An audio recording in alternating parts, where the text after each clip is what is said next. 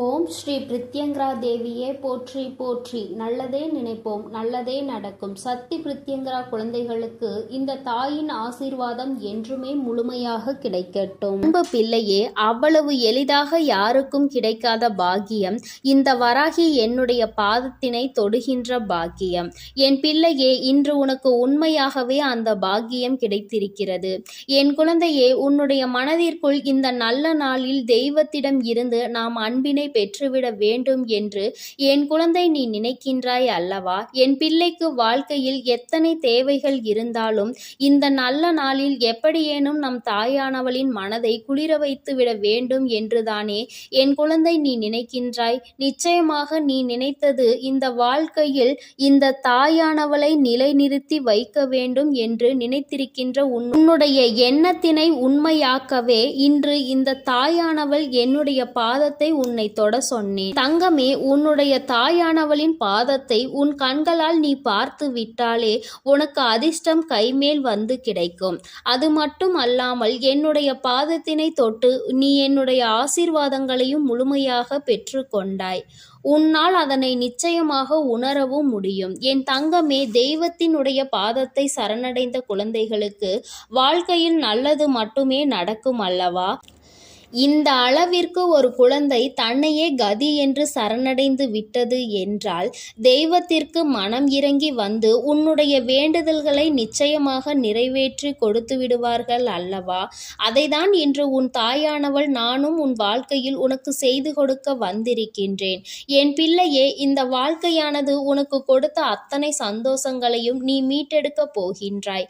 சந்தோஷமே இல்லை என்று சொல்லிவிட முடியாது அல்லவா? எத்தனையோ சந்தோஷங்கள் உன் வாழ்க்கையில் நீ கண்டு கொண்டாய். அதுபோல அந்த சந்தோஷங்களுக்கு பிறகுதான் உன் வாழ்க்கையில் வந்திருக்கின்ற மீள முடியாத பிரச்சனையில் என் பிள்ளை நீ மாட்டிக்கொண்டு தவித்து கொண்டிருந்தாய் அல்லவா?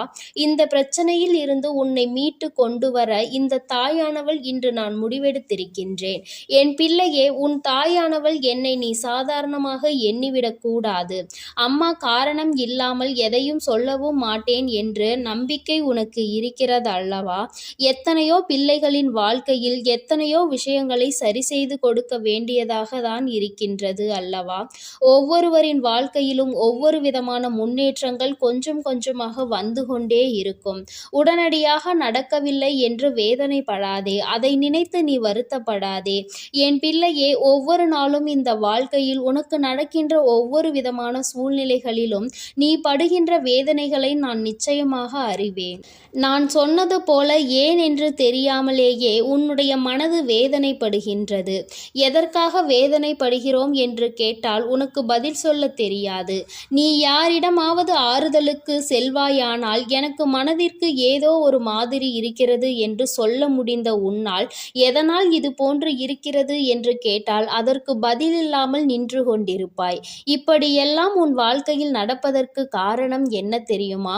என்றோ நடந்த கஷ்டம்தான் இன்று உன் வாழ்க்கையில் உன்னை ஆட்டி படைத்த பிரச்சனை. இது எல்லாம் உன்னுடைய மனதிற்குள் நின்று கொண்டே இருக்கின்றது.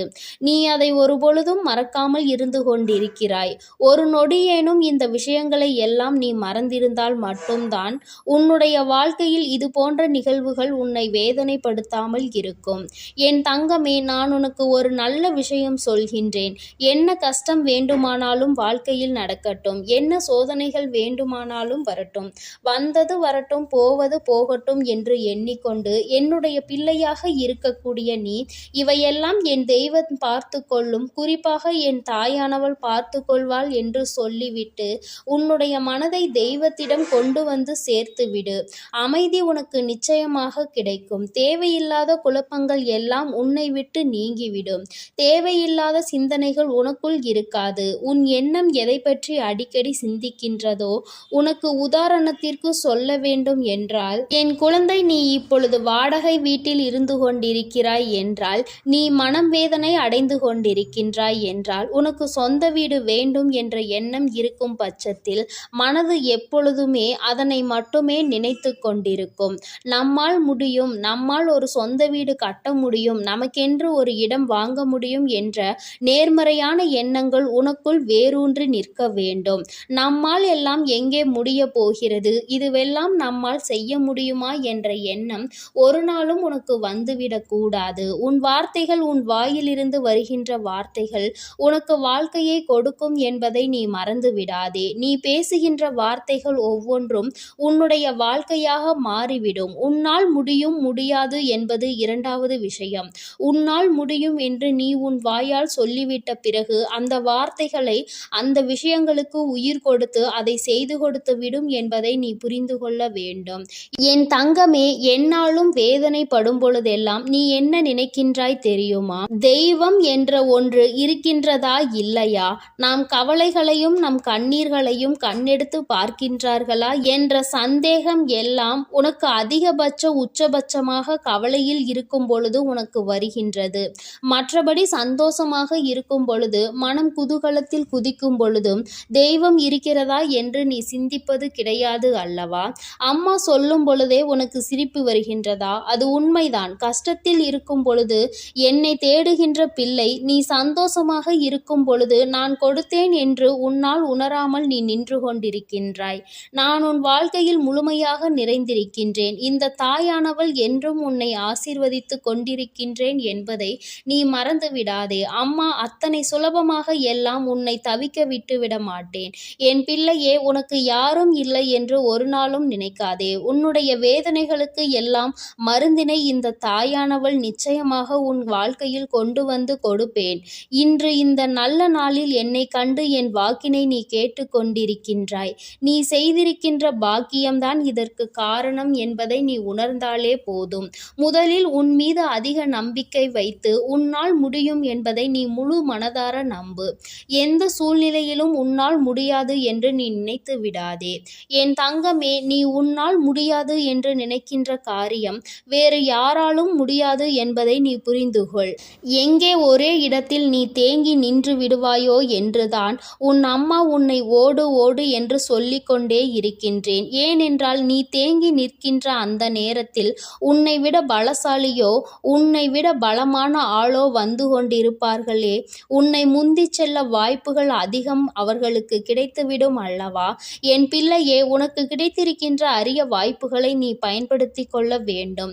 தெய்வம் எப்பொழுதுமே உனக்கு வழியை தான் காண்பித்து கொடுப்பார்கள். அதை சரியாக பயன்படுத்தி கொள்வது உன்னுடைய கடமை என்பதை நீ புரிந்து கொள். நான் உனக்கு கொடுக்கின்ற ஒவ்வொரு வாய்ப்புகளையும் நீ சரியாக பயன்படுத்திக் கொள். தெய்வம் நேரில் ஒரு நாளும் வரப்போவது கிடையாது என்பதை உணர்ந்துவிட்ட பிள்ளைகள் வாழ்க்கையில் கிடைக்கின்ற ஒவ்வொரு சிறிய வாய்ப்புகளையும் தெய்வம் கொடுத்த வாய்ப்புகள் என்று எண்ணி நிச்சயமாக பயன்படுத்தி கொள்வார்கள் என்பதில் எந்த ஒரு மாற்று கருத்தும் கிடையாது. அப்படித்தான் உன் வாழ்க்கையிலும் உனக்கான நல்ல விஷயங்கள் எல்லாம் நடக்கப் போகின்றது.